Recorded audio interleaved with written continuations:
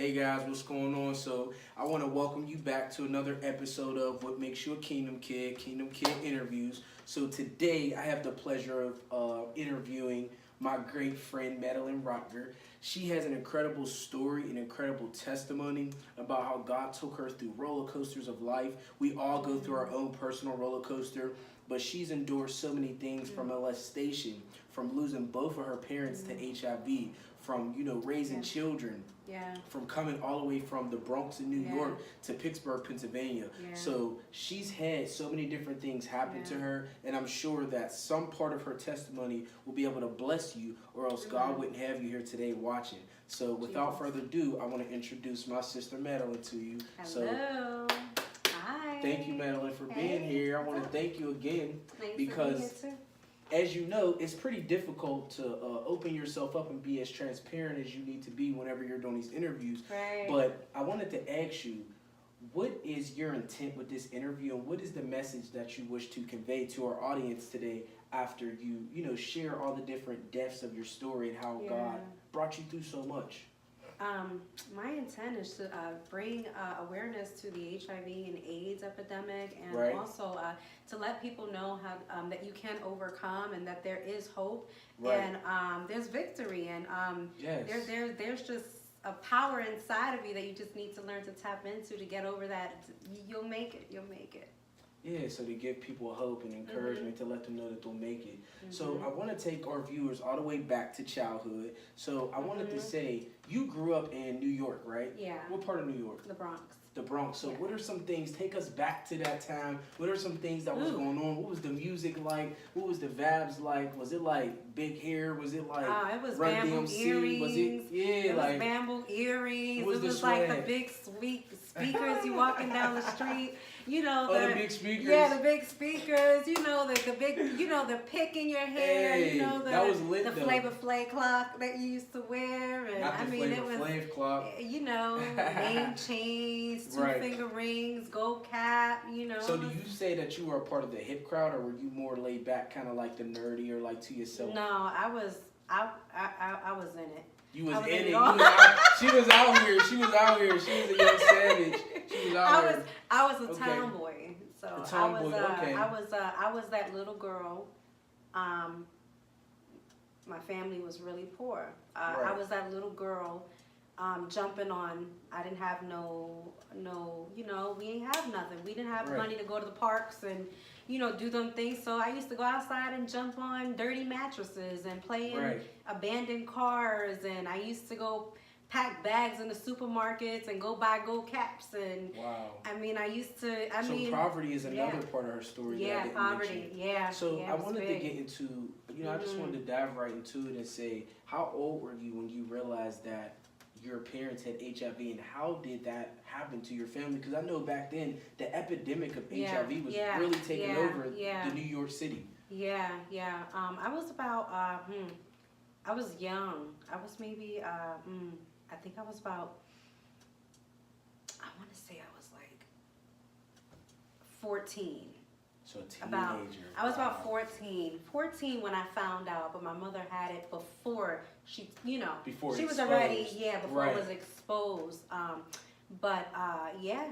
She, it was a experience. So, from my understanding, it was your father who gave it to your mother. Yeah. And that must be difficult, because when you have your mom who has HIV because of your dad, how does that damage the family dynamic? It damages a lot. It damages it a lot because, it damages it a lot. Like, it's just hard to, Did you trust him? Did you have trust issues with him? Yes, I did. Yes, I did. I had trust issues, exactly. When I had children, that was the one thing. When I first actually entered a relationship, I made sure that I was not laying down with you until you had an AIDS test. Which isn't necessarily a bad thing. You were not going to lay with me until you had an AIDS test, because, I knew, I saw what it can do to you. So I knew, So Let me ask you this question, because a lot of younger females, like teenage females, if you're watching this and you're a teenager, you see your parents fight and argue. You see your dad be abusive, or you see your dad cheat on your mom, and you want your mom to get out of that situation, but you don't know how to get her to get out of it. And you was telling me in a private, you know, I do a private interview before the interview, but you were telling me you wanted your mom to leave your dad, but your mom kind of refused to leave. So how did you deal with that? And how did you tell young girls who are like blinded, they don't see the bigger picture, but your mom was right whenever she said, I'm staying with your dad? And what was her reason for that? Her reason was, I remember her telling me, she was like, you know, I was like, Ma, you know, leave him. He's, you know what I mean? He gave you this thing. And she just said to me, you know what? This was before me. And you know what? We're going to get through this, and we're going to deal with this like a family. And I just was stunned. But right there and then, I knew that this was it was just a part of me where I just looked at her like, wow, Mom, like, wow, this is, no, I wasn't disappointed. I was inspired. Oh, you were inspired. Yeah. Like, who are you? Who does that? Who has a heart to do that? Because this man just gave you something that's going to kill you, and you forgive him? But then you think about it, man, I didn't know Jesus back then, but right now in my life, I know Jesus and the heart of God. You know what I mean? You know what I mean? It was her heart. She was above and beyond. She saw above and beyond what it was. And so she said, we're not going to die. We're going to live. Right. And we're going to get over this. And we're not dying of AIDS, but we're living with AIDS, and we're going to make a difference. And so she turned her story around to change lives of thousands of women. So in this time, it's like you think that, you know, you're going to you gotta cut it. you're going to actually, forget it.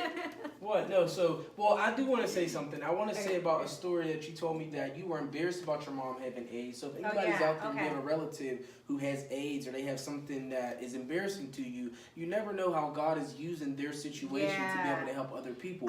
You told me about a story where one of your friends found out about your mom having AIDS, and she approached you and said, you know, my mom has AIDS too. Right. I'll tell you this story. So I was at school, and I remember going to school, and my teacher would come up to me, and my teacher would be like, she was like, Madeline, you know, I heard that your mother, you know, has AIDS. And I was like, what? Like, I'm in school, y'all. Like, I'm in school. Like, I'm surrounded by like my classmates, and my teacher's like, your mother has AIDS. And I'm like, how'd you know that? So I was mad. I left school. I took my book bag. I was like, man. So I go home, and I opened the door like a mad husband. I was like, boom. Yeah. Why are you telling? My mother was washing dishes. So she's just calmly washing dishes, and I come in, and I'm like, boom. Mommy, why are you telling everybody you got AIDS? Yeah. And she's just washing dishes. And she's just like, and I'm like, my teacher just, everybody knows. Like, everybody knows about you. And so she looked at me, and she was like, are you ashamed of me? Wow. And I looked at her, and I was like, wow. No. Right. And so I was like, man. So I was still mad, you know, even though she said no. And then she, you know, I left, and I slammed the door to the house, and I was mad. And I'm walking down the block, and I'm like, man, everybody gonna know, like, what's wrong? Like, and I'm just mad. So I walk up to this, I'm just walking, and all of a sudden, a friend of mine, she walks up, I see her, and she's like, Madeline. And I was like, hey, what's up? And she was like, hey, I heard about your mom. Right. And I'm like, what? No, that's not how she said. I'm sorry. She was like, Madeline. And I was like, yeah, what's up, Angie? She was like, can I talk to you real quick? And I was like, yeah, what's up? She was like, Madeline, I heard about your mom. She was in the newspaper. She got AIDS. Right. And I'm like, oh, man, like, you too? Like, for real? Like, what? You know what I mean? Another person knows. And then I was like, yeah, she got AIDS. And I'm just mad. She's even like, so I'm like, okay. She's like, can I tell you something? Right. And I'm like, what? And she was like, my mom has AIDS too. Wow. She's like, my mom has AIDS too. And I looked at her and I was like, for real? Right. She was like, yeah. She said, you think your mom could help my mom? And I was like, yeah, I guess. So we went to her mom's house and we walked in the door and her mom, you know, was on drugs at the time. And her mom's was like, you know, when you stoned and stuff like that, you looking all through the floor. So we going in the house, you know, her mom comes, you know, we walk in, her mom is like, NJ, you know? And so I'm like, man, like, this is real. So she was like, mommy, get up. This is Madeline. She was like, her mother has AIDS too, mommy. Like, she could help you. And she was like, she does. Like, you know what I mean? It was like a conversation. Your mom ended up helping her mom out. So I took her, so we grabbed her mother, all cracked up. I took her to my mom's house, and when we walked her in, I opened up the door, and I was like, mommy. And I was like, mommy, this is Maria. I was like, this is Maria. Mommy, she got AIDS. You could help? You think you could help her? My mother was still sitting there washing dishes calmly. And I said, mommy, you could help her. She's washing dishes. She said, now you see why I did what I did? Yeah, and I said, and it hit me. Wow, this is bigger than us. This is bigger than anything. And from that moment, your mom was able to turn that whole situation around and help thousands of women with HIV. And she was able to reach out and do a whole ministry behind it. And a few years later, she did die. She passed away. Her and your father, right? Yes. So at that point, you know, I want to tap into the orphanage and feeling the abandonment. Because after being, you know, fatherless, motherless, you were just out here to do you. Oh, yeah. So, when she passed, I was... You know, I mean, I didn't have nobody. I was by myself, but I tell you, it took a lot. You know what I mean? I had to sleep in some cars. I had to, you know, sleep in some houses. You know what I mean? I was really, I was alone. You know what I mean? I didn't have family. I was out here alone, you know.